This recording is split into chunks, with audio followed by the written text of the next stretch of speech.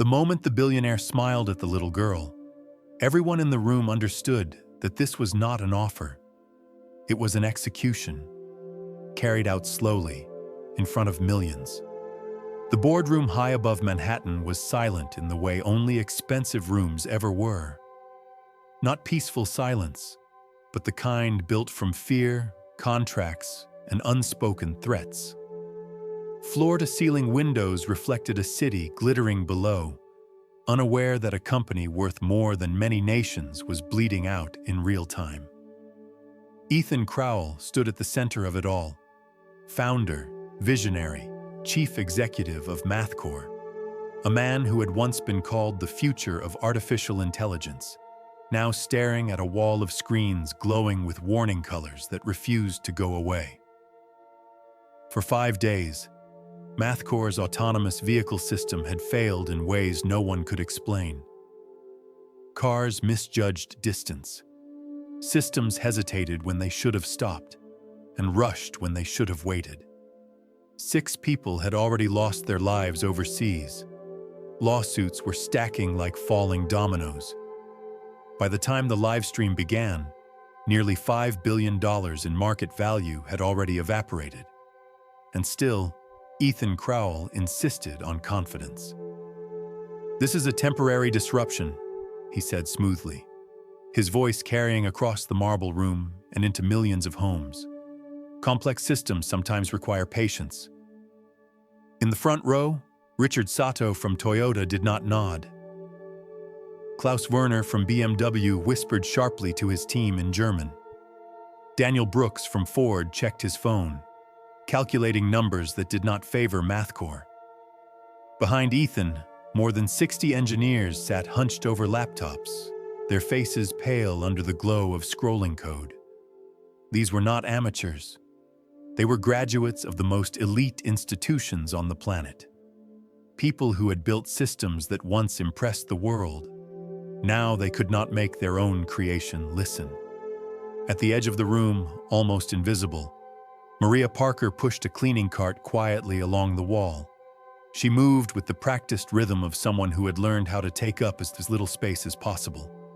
Trash emptied, surfaces wiped, eyes down. Her daughter Lina sat on a folding chair beside her backpack, feet dangling slightly above the floor. 9 years old, small, silent, watching. Lina had grown up in places like this. While other children fell asleep to lullabies, she fell asleep to the low hum of cooling fans and distant conversations about logic loops and system failures. She had learned to read by sounding out words from discarded manuals. She learned numbers by watching graphs rise and fall on screens no one bothered to turn away from her. To everyone else, she was just a cleaner's child waiting to go home. To Lina, the room felt loud, not with sound, but with confusion. Ethan Crowell paced slowly, his confidence beginning to crack. His assistant, Nolan Reed, leaned in and whispered urgent updates. Partners were losing patience. Board members were calling, non-stop. Competitors were already circling. "This is exactly why we have standards," Ethan said suddenly, his frustration finding a target. "Real intelligence is cultivated. It takes years of discipline, education, structure." His eyes drifted, then stopped. They landed on Lina. A pause, a smile, sharp and amused. "Well," Ethan said, gesturing casually, "maybe we're overthinking it." A few nervous chuckles rippled through the room. He pointed directly at the little girl. "Fix this kid," he said, voice light, cruel in its ease.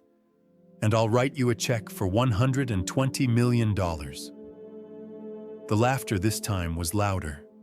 Not everyone laughed, but no one stopped it. Maria froze. Her hand tightened on the cart handle. She reached instinctively for her daughter's arm. Lina did not move. 2 million people watched the moment live. Then 3. The viewer count climbed rapidly as clips spread across social platforms. A billionaire mocking a child during a corporate collapse was irresistible entertainment. Ethan spread his hands as if he had just told a joke. "Maybe a child can see what my best engineers can't," he added. "Sometimes fresh crayons help, right?" More laughter. Behind him, the screens continued to flash warnings. Error messages cascaded endlessly, like a system screaming in a language no one in the room understood anymore. Except Lina.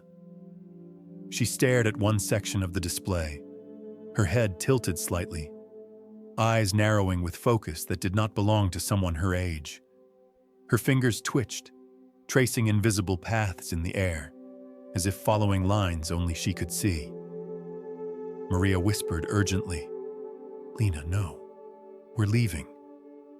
But Lina's gaze stayed locked on the screen. To her, the system did not look broken. It looked confused. The engineers were rewriting large sections of logic, attacking the hardest problems first. They were changing complex structures, adding layers, forcing solutions. But Lina noticed something smaller, quieter. The system was being told what was true, instead of being asked what was true. It reminded her of something simple, like telling someone their name, instead of asking if you got it right. The computer was not checking. It was assuming. Ethan Crowell continued speaking, filling the silence with authority, explaining delays, promising reviews. But Lina stood up. The sound of her chair scraping the floor cut through the room more sharply than any shout. "Excuse me," she said. Her voice was small but steady. Every head turned. Ethan frowned. "Not now, sweetheart. The adults are working." Lina took a step forward, backpack bouncing lightly against her shoulders. "I think I see what's wrong," she said. This time, the room did not laugh. Not because they believed her, but because something in her tone did not sound like a joke. Ethan sighed theatrically. "That's very sweet. But this is advanced technology. You should be coloring, not interrupting." "It's not broken," Lina said. A few engineers paused, fingers hovering above keyboards. Ethan waved dismissively. "Obviously, it's broken." "No," Lina replied, more confident now. "It just doesn't understand what you're asking." The room went still. Dr. Elaine Foster, MathCore's lead systems architect, leaned forward slightly, eyes narrowing with curiosity she could not quite suppress. Lina pointed at a specific section of the screen. "Right there. You're telling it something, but you meant to ask it." Ethan laughed once, sharp and incredulous. "That's not how this works." "Can I show you?" Lina asked. The live stream counter surged again. Richard Sato leaned forward in his seat. "I would like to see what the child means." Ethan hesitated. Refusing would look petty. Agreeing would feel humiliating. "Fine," he said tightly. "Dr. Foster, let her point. Then we can move on." Lina walked to the workstation. She did not touch the keyboard yet. She simply pointed. Elaine followed her finger. Her breath caught. It was a tiny detail, a place where the system assumed truth instead of verifying it. A place no one had questioned because it looked too simple to be dangerous. Elaine's hands trembled as she made the smallest possible adjustment. One subtle change. One quiet correction. She pressed enter. For a moment, nothing happened. Then the errors began to slow. One by one, warnings vanished.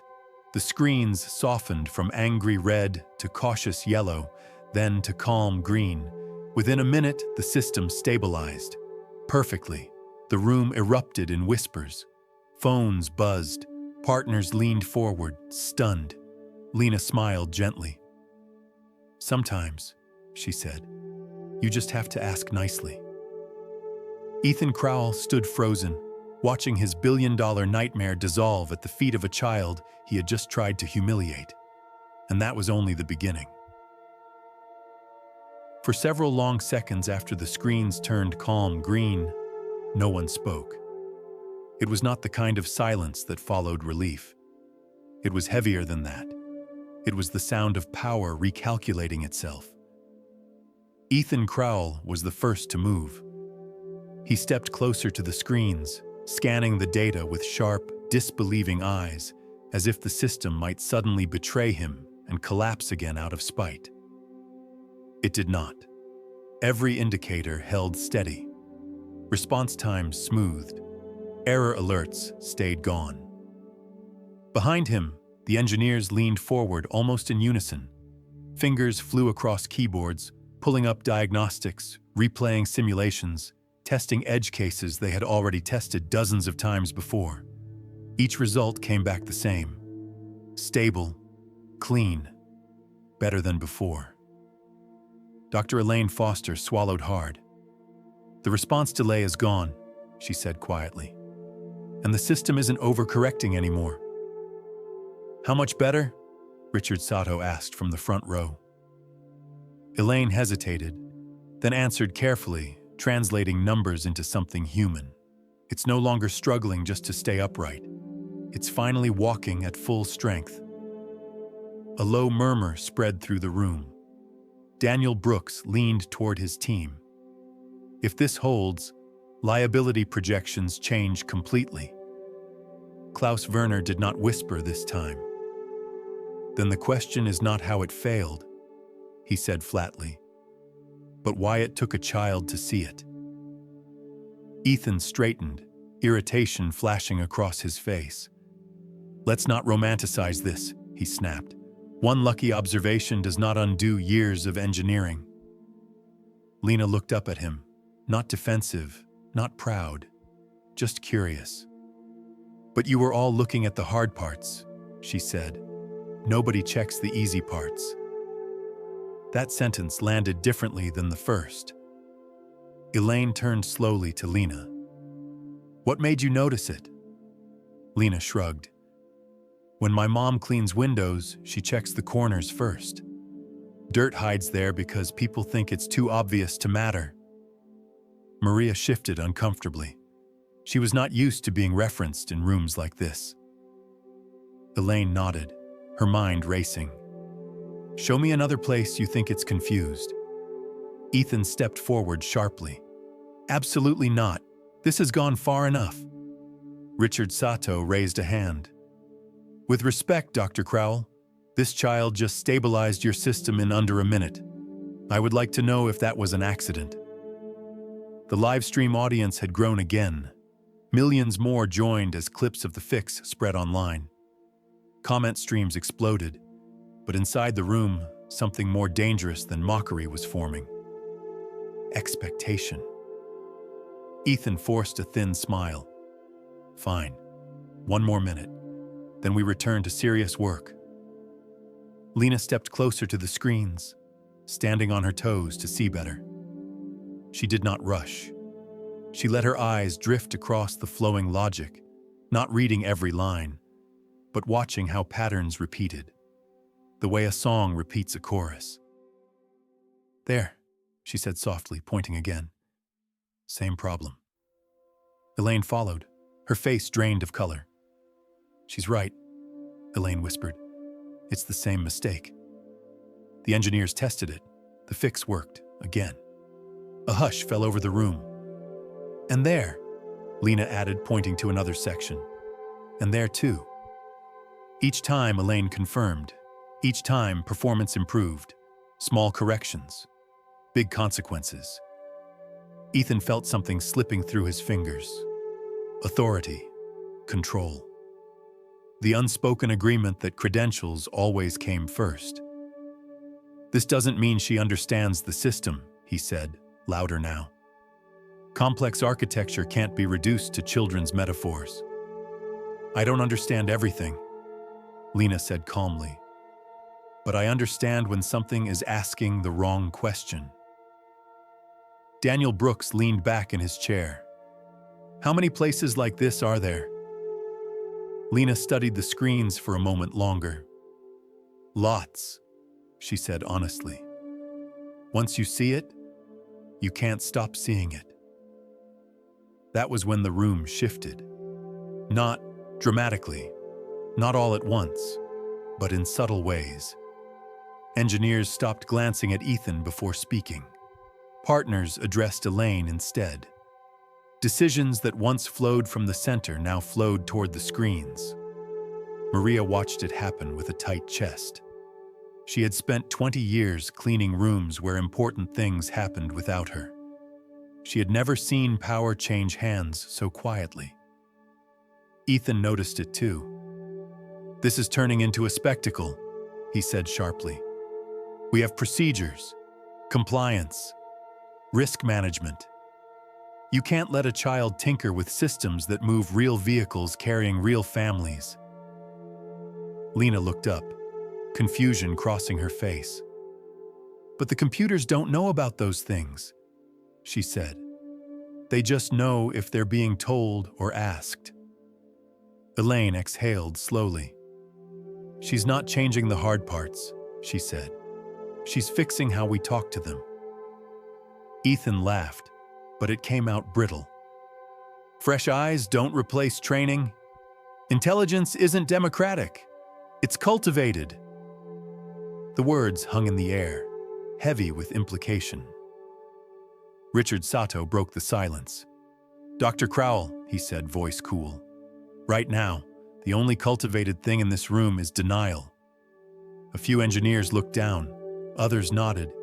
Ethan's phone buzzed. Nolan Reed leaned in, whispering urgently. "Stock's climbing," he said. "Media's calling her a prodigy." Ethan's jaw tightened. This ends now. He stepped between Lina and the screens, physically blocking her view. "Enough. You've had your moment." Lina did not move back. She tilted her head slightly, studying him the way she studied code. "Are you afraid I'll find more?" The question was not loud. It did not accuse, but it struck deeper than any insult. Richard Sato raised an eyebrow. Klaus Werner folded his arms. Daniel Brooks leaned forward, interested. Ethan felt cornered. Saying yes would make him small. Saying no would invite more scrutiny. So he did what powerful people often do when logic fails. He escalated. "If you believe you understand this system so well," Ethan said, voice tightening into something dangerous, "then let's test it properly." The main display shifted. The room gasped softly as a massive architecture map filled the screens. Interconnected systems spread outward like a living organism, touching transportation, finance, healthcare, infrastructure. Ethan turned back to Lina, smile returning, colder than before. 36 hours, he said. "Find and fix everything that's wrong. All of it." The room went silent again, but this time with dread.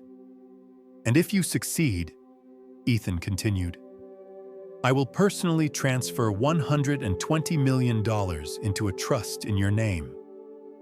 Maria stepped forward. "No," she said instinctively. "But when you fail," Ethan added, eyes locked on Lina, "you and your mother leave this building forever. And I tell the world this was nothing more than beginner's luck." The live stream counter surged. Lina looked at the wall of complexity towering above her. Thousands of pathways, endless conversations between machines. Maria's hand trembled as she reached for her daughter. "We don't need to do this." Lina squeezed her hand gently. "It's okay, Mom," she said. "I see the pattern now." Ethan smiled, confident again for the first time that night. And somewhere deep inside the system, still humming quietly, a far more dangerous truth waited to be uncovered. The clock on the wall did not make a sound, but everyone in the room felt it begin to move. 36 hours was not much time for a team of over 60 engineers. For a 9-year-old girl, it felt like a lifetime. Yet Lina Parker did not look at the clock. She looked at patterns. She climbed onto the chair Dr. Elaine Foster pulled closer to the workstation, her feet tucked beneath her so she could see the screens without straining. The wall-sized display glowed softly now, calmer than before, as if the system itself had exhaled after days of panic. Ethan Crowell stood a few steps back, arms folded, watching with the patience of someone convinced that time was on his side. He said nothing, but his eyes followed every movement, every pause, waiting for the moment the child would finally stumble. Lina did not rush. She watched how the same kinds of instructions appeared again and again in different places. She did not read them line by line. She listened to them, the way one listens to a conversation, repeating itself with different words, but the same confusion underneath. "These ones talk too much," she said quietly. Elaine leaned closer. "What do you mean?" "They don't wait for answers," Lina replied. "They decide before checking." Elaine traced the logic with her finger. Her breath caught. It was the same mistake again, hidden inside a different function. A small assumption, a skipped question. She made the adjustment carefully, translating Lina's observation into code. The system responded immediately, smoothing another rough edge no one had noticed before. Around them, the engineers began to murmur. "That's the third place," someone whispered. "Fourth," another corrected.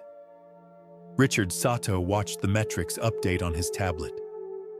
"Efficiency is climbing steadily," he said. "Not spiking, stabilizing." Klaus Werner nodded slowly. "This is not luck." Daniel Brooks leaned back in his chair, eyes narrowed.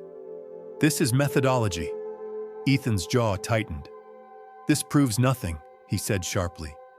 "Finding a few oversights doesn't mean she understands enterprise systems." Lina looked over her shoulder at him. "I don't need to understand everything," she said. "I just need to notice when people stop paying attention." The room went quiet again, but this time it was not awkward. It was thoughtful. Elaine glanced at the other engineers. "Let's keep checking," she said.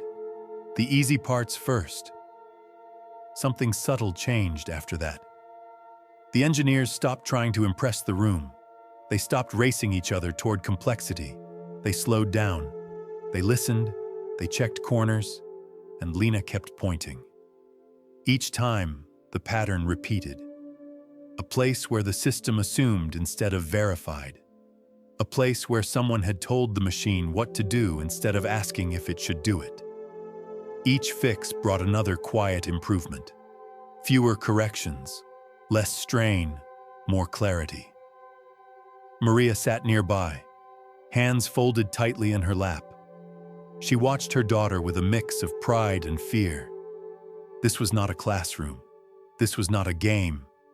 This was a room where mistakes carried weight measured in lives and money.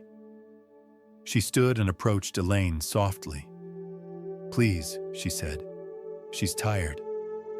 Elaine looked at Lina's face. The focus was still there, but so was strain. "We'll slow down," she promised. Ethan laughed under his breath. "She'll need more than rest when she realizes what she's up against." He gestured toward the wall display, where the full system architecture still loomed, sprawling and complex. "That map represents years of work, layers upon layers. You can't sweep through it with a child's shortcut." Lina turned back to the screen. "It's not a shortcut," she said. "It's the same thing over and over." Elaine hesitated, then asked the question no one else had thought to ask. "Lina, how are you deciding where to look next?" Lina shrugged. "I look where people stop looking." Elaine felt a chill.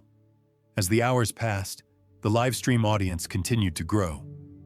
Viewers watched the impossible unfold not as chaos, but as quiet repetition. Each correction was small. Each effect was undeniable. Ethan's assistant, Nolan Reed, whispered urgently in his ear. "Public sentiment is shifting," he said. "They're not laughing anymore." Ethan's eyes flicked toward the camera, then back to the child calmly dismantling years of unexamined assumptions. "Let them watch," he said. "She'll break eventually." Lina paused suddenly. Elaine noticed at once. "What is it?" Lina frowned slightly. "This part is different." Elaine leaned in. "Different how?" "It's slower than it should be," Lina said. "Like it's carrying something heavy." Elaine pulled up performance history, then froze. "This section's been lagging for months." "That's weird," Lina said. "Why wouldn't you fix that?" Ethan answered before Elaine could. "Because it works. Slower is safer in critical systems." Lina considered that. "But if it's always slow," she said, "no one notices when something else is hiding inside." Elaine's heart began to race. She dug deeper, carefully, methodically. Data flows that had once blended into the background now stood out, subtle but persistent. Paths that did not quite make sense. Elaine swallowed. This isn't just inefficiency. Marcus Hill, head of security, stepped forward, drawn by the tension. "What are you seeing?" Elaine turned the screen slightly. Movement that shouldn't be there. Information leaving systems that shouldn't be talking to each other. The room shifted again, this time with unease. Ethan scoffed. "You're overreacting. Performance bottlenecks happen." Lina looked up at him. "But why would someone want it to be slow all the time?" No one answered. Marcus pulled up monitoring tools. His face darkened as patterns emerged, faint but unmistakable. "We've been bleeding information," he said quietly, "for a long time." Maria felt her stomach drop. Daniel Brooks stood abruptly. "Are you telling me our partner data may have been exposed?" Marcus nodded. "Possibly for almost 2 years." The celebration died instantly. Ethan stepped forward, voice sharp. "That's a serious accusation." Lina tilted her head, eyes still on the screen. "I didn't accuse anyone," she said. "I just noticed something hiding." Elaine looked at the child with new understanding. Lina had not been chasing complexity. She had been clearing fog, and as the fog lifted, shapes began to appear that no one wanted to see. Ethan forced a smile, cold and practiced. "This is exactly why we don't let children meddle in adult systems," he said. "You see shadows and call them monsters." Lina met his gaze calmly. "Sometimes monsters hide because nobody checks the corners." The room did not laugh. The systems continued to run smoothly, cleaner than they had in years. And somewhere beneath that newfound clarity, a deeper truth waited patiently, no longer protected by confusion. As the night deepened outside the windows, the city lights below began to blur into long rivers of gold. Inside the boardroom, time stopped pretending to be polite. The wager Ethan Crowell had announced did not feel like a challenge anymore. It felt like a trap, carefully built from confidence and pride, designed to snap shut the moment Lina made a mistake. 36 hours, a day and a half measured not in minutes, but in pressure. Ethan stood near the wall display, watching the clock now, checking it often enough to pretend he wasn't worried. He spoke with forced calm, reminding everyone that this was a test of endurance, not insight. Real systems, he said, did not bend to intuition. They demanded discipline. Lina listened without reacting. She had already turned back to the screens. Dr. Elaine Foster adjusted the chair again, lowering the monitor slightly so Lina wouldn't have to crane her neck. The engineer did not announce the gesture. She simply did it. the way people do when they begin to protect something they recognize as rare. Maria hovered nearby, torn between pride and fear. She had cleaned offices through storms, layoffs, and late-night emergencies. She had never seen stakes like these. Hour 1 passed quietly. Lina began by doing something no one expected. She ignored most of the system. Instead of diving into the dense center of the architecture map, she traced the edges, the places where one system spoke to another, the handshakes, the questions that were never phrased as questions. "These are the conversations," she said softly. "They're all confused in the same way." Elaine watched closely. "You're looking at how they talk, not what they say." Lina nodded. "If people misunderstand each other, it doesn't matter how smart they are." Elaine translated that idea into action, carefully adjusting the interfaces one by one. Each change was small. Each result was measurable. The system responded like a body finally breathing evenly after years of tension. By the 3rd hour, the engineers stopped trying to hide their awe. By the 5th, they stopped pretending they were leading. Ethan noticed the shift. He noticed that people no longer looked to him for permission before asking Lina questions. He noticed how often Elaine deferred to the child's instincts. Authority was no longer sitting where it used to. He leaned toward Nolan Reed. "How long until fatigue sets in?" he whispered. Nolan hesitated. "She's focused, but she's still a child." Ethan smiled faintly. "Exactly." Hour 8 arrived with quiet exhaustion. Maria brought Lina a sandwich and a bottle of water. Lina ate slowly, eyes never leaving the screen for long. She did not rush. She did not panic. She simply continued following the pattern, the way one follows footprints in fresh snow. Ethan broke the silence deliberately. "Getting tired yet?" Lina looked up. "A little." "That's to be expected," he said smoothly. "This isn't a game." "I know," Lina replied. "Games are easier." A few engineers exchanged looks. By hour 12, the room had changed shape. Jackets lay draped over chairs. Coffee cups lined the tables. The live stream continued, but no one spoke to the camera anymore. The spectacle had become work. Elaine reviewed the running diagnostics again. "We've corrected hundreds of recurring faults," she said, choosing her words carefully. "The system load is lighter. The strain is gone." "Hundreds is not everything," Ethan replied. "You still have most of the architecture untouched." Lina paused, fingers hovering over the trackpad.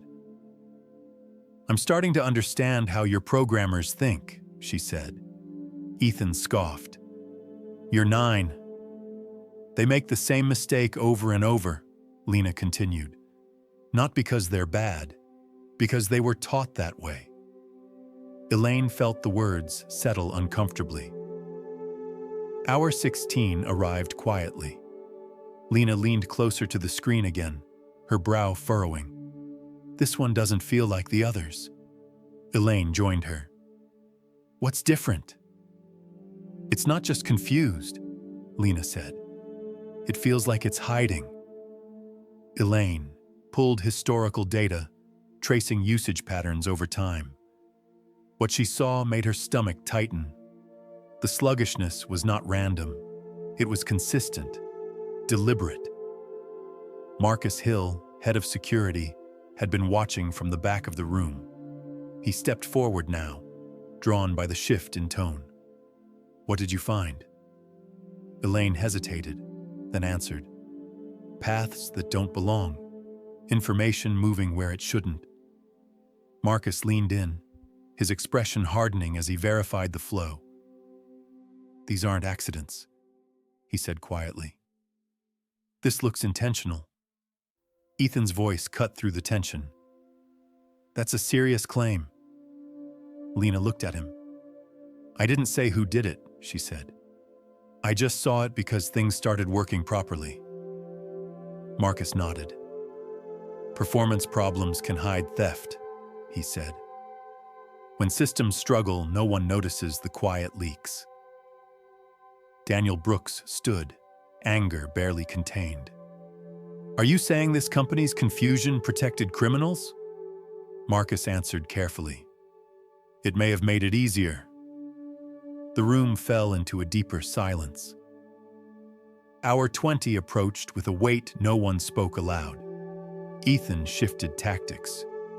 Even if you find issues, he said, voice firm, that doesn't mean we can act on them. Changing critical systems without full compliance reviews could be catastrophic. Lina looked tired now, not defeated, just human. Elaine knelt beside her. You've done more than anyone expected, she said gently. Lina shook her head. If we stop now, she said, they'll stay hidden. Maria stepped forward. Lina, you don't have to carry this. Lina squeezed her mother's hand. I know, but I can see it. Hour 22. Lina's movement slowed, but her focus sharpened. She traced one final thread, following it deeper than before. What she found made her sit up straight. Mr. Crowell, she said softly, someone's been taking things from your computers. Ethan strode forward. That's enough. Elaine checked the timestamps, the formatting, the habits embedded in the hidden code. Her face went pale. This wasn't done by outsiders, she said. It was written the same way we write everything else. Marcus confirmed it. Same patterns, same training fingerprints. The truth settled heavily. Hour 24. The countdown did not end the way Ethan expected. The child had not failed. She had uncovered something far worse than incompetence. And with 12 hours still remaining, the system stood exposed, no longer shielded by confusion, waiting for judgment. By the time morning light crept between the towers outside, the boardroom no longer felt like a place of power. It felt like a room where truths waited patiently for permission to speak. The system screens glowed steadily, calm and clear, as if unaware of the storm gathering around them. The confusion that had once masked everything was gone, and without that fog, what remained was impossible to ignore. Ethan Crowell stood very still. He had not slept. None of them had. Yet while exhaustion softened the edges of everyone else, it sharpened something dangerous in him. When certainty collapses, fear often disguises itself as authority. This conversation is drifting, he said at last, voice firm, measured, professional. We need to be precise. Marcus Hill remained near the security console, hands resting lightly on the desk. He had spent the last hours tracing paths that should not have existed, following quiet trails of information that slipped away unnoticed for almost 2 years. It's already precise, Marcus replied. The patterns are consistent. Elaine Foster nodded slowly. Too consistent to be coincidence. Ethan turned to them sharply. You're talking about sabotage, external actors, corporate espionage. Lina, who had been sitting quietly beside her mother, looked up. She did not sound accusatory. She sounded puzzled. Why would outsiders make the same mistakes your people always make? She asked. The room went silent. Ethan laughed once, quickly, trying to brush the question aside. Anyone skilled enough could study our style. Elaine's fingers moved across the screen again, bringing up comparisons. They didn't study it, she said quietly. They wrote it the same way. Same spacing, same habits, same little shortcuts. Marcus added, even the timing matches. The hidden paths were created alongside the main systems, not later. Ethan's expression did not change, but something behind his eyes tightened. That proves nothing, he said. Correlation isn't cause. Lina frowned slightly. But it happened at the same time, she said. And it talks the same way. Elaine looked at the timestamps again, then at Ethan. This wasn't an attack from outside, she said gently, as if speaking to someone in shock. This was built in. The words hung in the air, heavy and irreversible. Daniel Brooks broke the silence. Are you saying your own training created this? Ethan's voice hardened. I'm saying you're drawing conclusions without considering the consequences.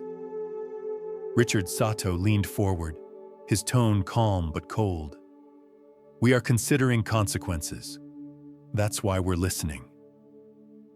Ethan took a breath, then shifted his stance, stepping into familiar territory.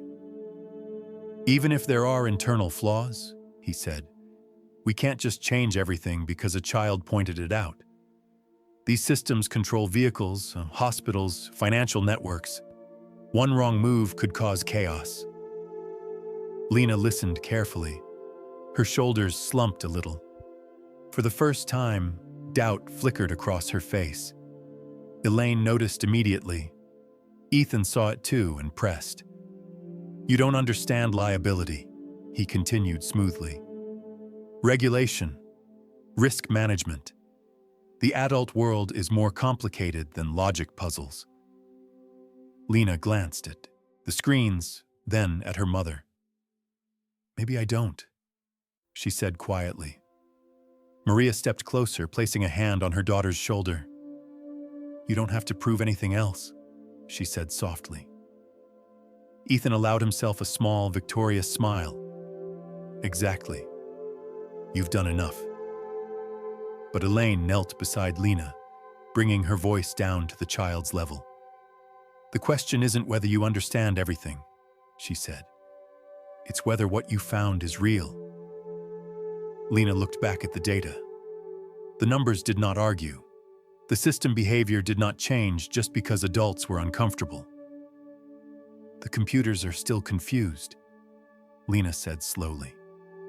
They're working harder than they need to because no one is listening properly.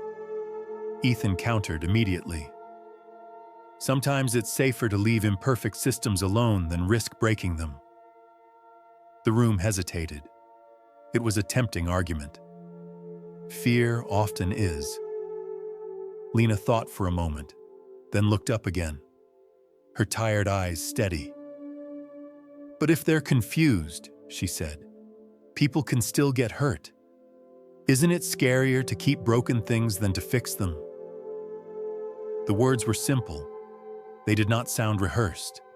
They did not sound clever. They sounded true.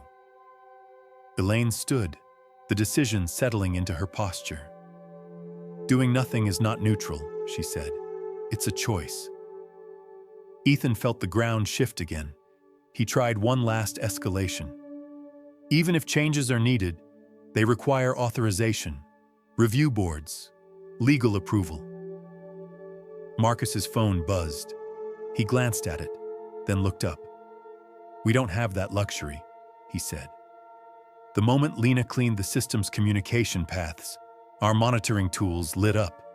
The hidden data movement became visible. Daniel Brooks stood abruptly. You mean the theft was masked by inefficiency? Marcus nodded. Confusion hid the crime. The room absorbed that quietly. Ethan spoke again, but his voice lacked its earlier strength. We'll handle this internally. Marcus shook his head. We can't, Elaine added. We shouldn't. Richard Sato folded his hands. Our data, our customers, our responsibility. Marcus took a breath. I've already contacted federal investigators. No one objected. Ethan closed his eyes for a moment. When he opened them, the performance was gone. What remained was a man staring at the collapse of a story he had told himself for years. The livestream audience watched as the narrative shifted one final time. This was no longer about a prodigy child or a failing company. It was about a culture that had mistaken confidence for clarity. Lina leaned back in her chair, exhausted. Maria wrapped an arm around her. "I didn't mean to cause trouble," Lina whispered. Elaine smiled sadly. "You didn't," she said. "You stopped it." Outside, the city continued waking up, unaware that somewhere above it, a lie had finally run out of places to hide. And as the room waited for the investigators to arrive, one truth settled in quietly, like the end of a long night. The problem had never been hacking. It had been arrogance, carefully trained, repeated, and protected, until a child asked the simplest question no one else thought to ask. The arrival of the investigators did not come with flashing lights or raised voices. It came quietly, almost politely, as if the truth itself had learned not to announce its presence too loudly. Two members of the Federal Cybercrime Unit entered the boardroom with calm efficiency. They did not rush. They did not threaten. They simply began asking careful questions and listening closely to the answers. Their presence changed the air immediately. Conversations slowed. Postures straightened. The room understood that this moment would not be edited or softened. Ethan Crowell watched from the end of the table, his earlier confidence now replaced by something brittle and hollow. He had spent years controlling narratives, press releases, product launches, public apologies carefully shaped to protect the company's image. This was different. These were people whose loyalty was not for sale. Marcus Hill stood beside the main display, explaining what had been uncovered since the system had been cleaned of confusion. He spoke slowly, choosing words that could be understood without technical fluency. "For almost 2 years," he said, "information left these systems in small amounts, too small to trigger alarms when the system was already struggling. Once performance improved, the theft became obvious." One of the investigators nodded, making notes. "So the inefficiency acted like camouflage?"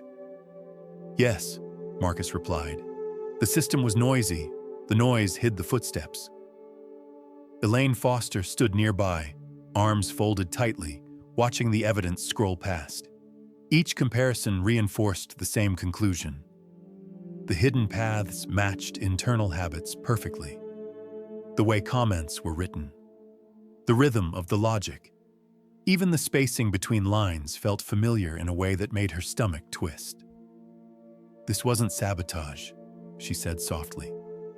"It was replication. People doing what they were trained to do."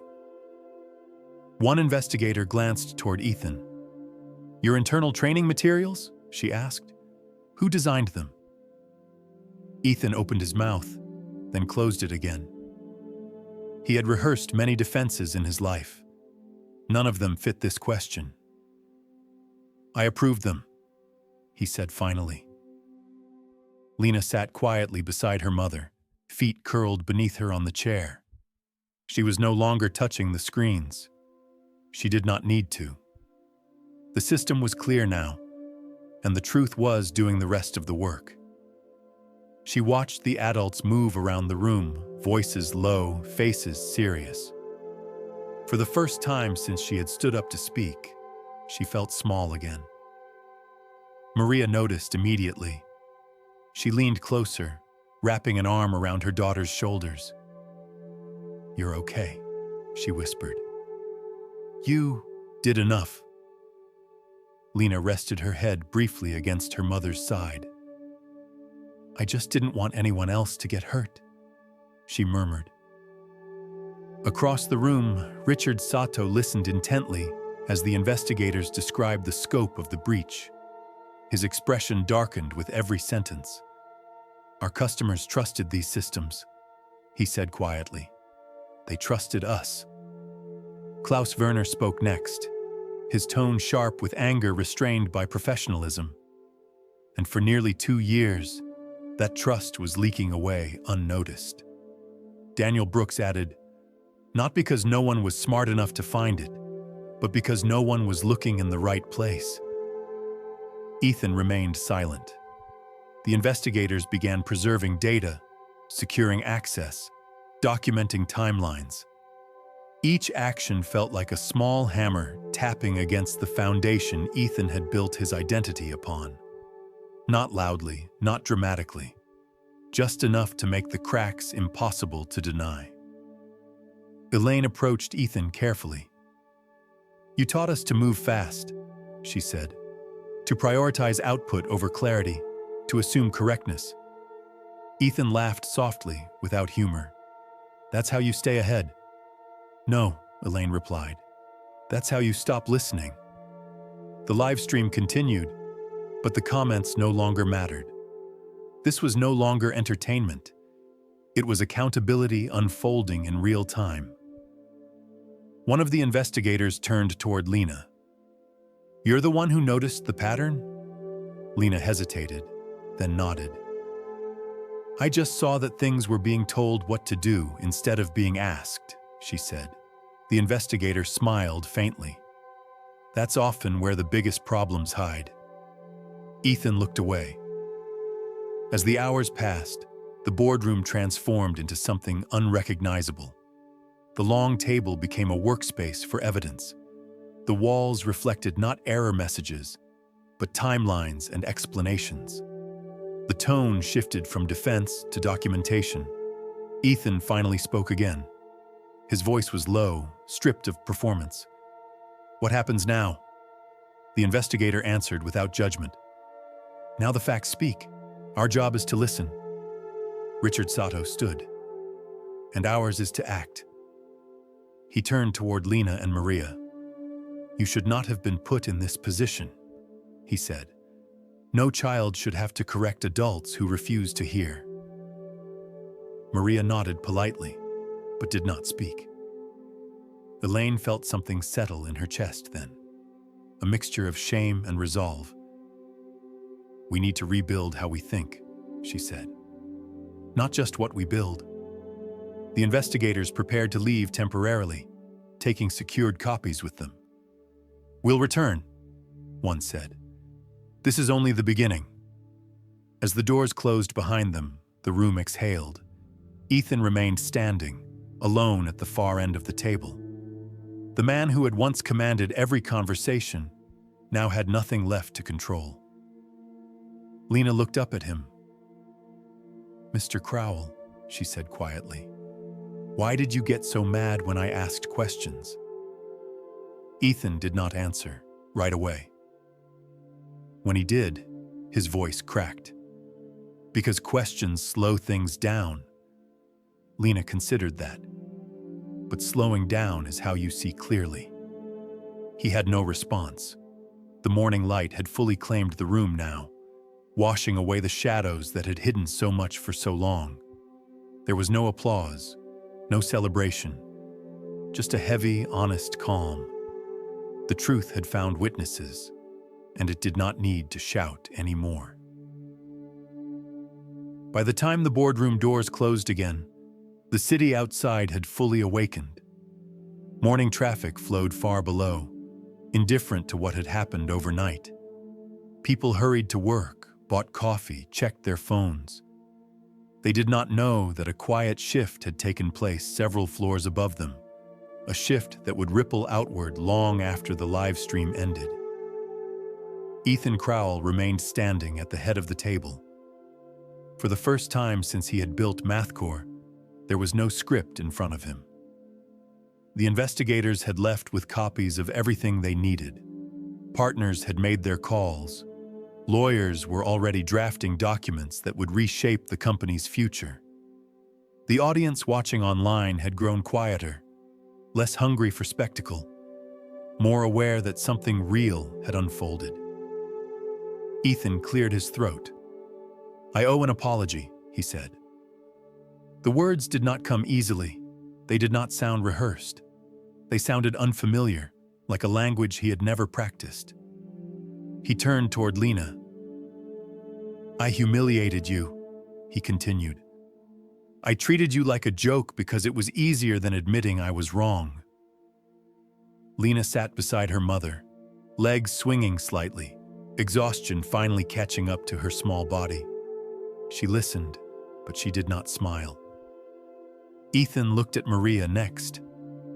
"And I humiliated you," he said, "by pretending your presence here didn't matter, by using your child to prove a point." Maria met his gaze steadily. "You didn't use her to prove a point," she said softly. "You used her to protect your pride." The room held its breath. Ethan nodded once. "Yes." He turned back to the camera, knowing the world was still watching. "The failure we faced was not sabotage from the outside," he said. "It was something we trained into our systems. We taught speed without listening, confidence without verification." He paused, swallowing. "And a 9-year-old saw what we refused to." Elaine Foster stood slowly. "Lina didn't fix our company," she said. "She revealed it," Richard Sato nodded. "And now it's our responsibility to change it." Daniel Brooks added, "Not quietly, not temporarily." Klaus Werner folded his hands. "This cannot be buried under process." Ethan turned back to Lina. "The wager stands," he said. $120 million. Maria stiffened. Elaine stepped in immediately. "Not directly," she said firmly. "She's a child." Ethan nodded. "A protected trust," he said. "Education, security, choice, no obligation to this company." Lina looked confused. "I don't need that much," she said. Maria smiled faintly, brushing hair from her daughter's face. "It's not about need," she said. "It's about safety."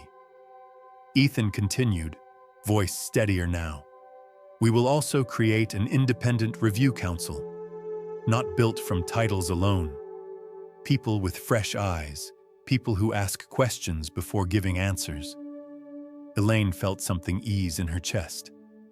"And training," she added. "We rewrite it from the ground up. Ask before command. Verify before assume." Marcus Hill spoke quietly. "Security audits will be external, permanent." The partners agreed without hesitation. The room did not celebrate. There was no applause, just a shared understanding that repair is quieter than destruction. The live stream ended shortly after, not with a slogan or a closing pitch, but with a simple stillness. The cameras powered down, the screens dimmed. Without the audience, the room felt smaller, more human. Lina yawned, unable to stop it. Maria laughed softly. "That's enough saving the world for one night." Elaine knelt beside them. "You should go home," she said. "Both of you." Lina looked at the screens one last time. The system ran smoothly now, no longer shouting, no longer hiding. "It sounds calmer," she said. Elaine nodded. "That's what happens when someone finally listens." Ethan watched them gather their things. For a moment, he seemed like he wanted to say something else, something personal, something unguarded. "Lina," he said quietly, "why did you speak up?" She thought for a moment. "Because when things are confused," she said, "someone always gets hurt." Maria squeezed her hand. They left the boardroom together, walking past walls that reflected their small figures in long stretches of glass. No one stopped them. No one rushed them. The building felt different now, less imposing, less certain of itself. Outside, the city noise wrapped around them again. Traffic, voices, life continuing. Back upstairs, Elaine remained behind, already drafting plans, already imagining a different future for the systems she loved. One built on clarity instead of speed. Marcus coordinated with investigators. Partners scheduled follow-ups. The work ahead was enormous, but for the first time, it felt honest. Ethan stayed alone at the table for a long time after everyone else left. He looked at the chair Lina had used, too small for the room, too small for the arrogance it had dismantled. He understood something then, fully, painfully. Brilliance does not announce itself. It does not demand respect. It waits quietly, often unnoticed, until someone with nothing to lose asks a question everyone else is afraid to ask. And sometimes, that someone is a child sitting in a corner, watching carefully, while the adults forget to listen. Outside, the day moved on, but the lesson stayed.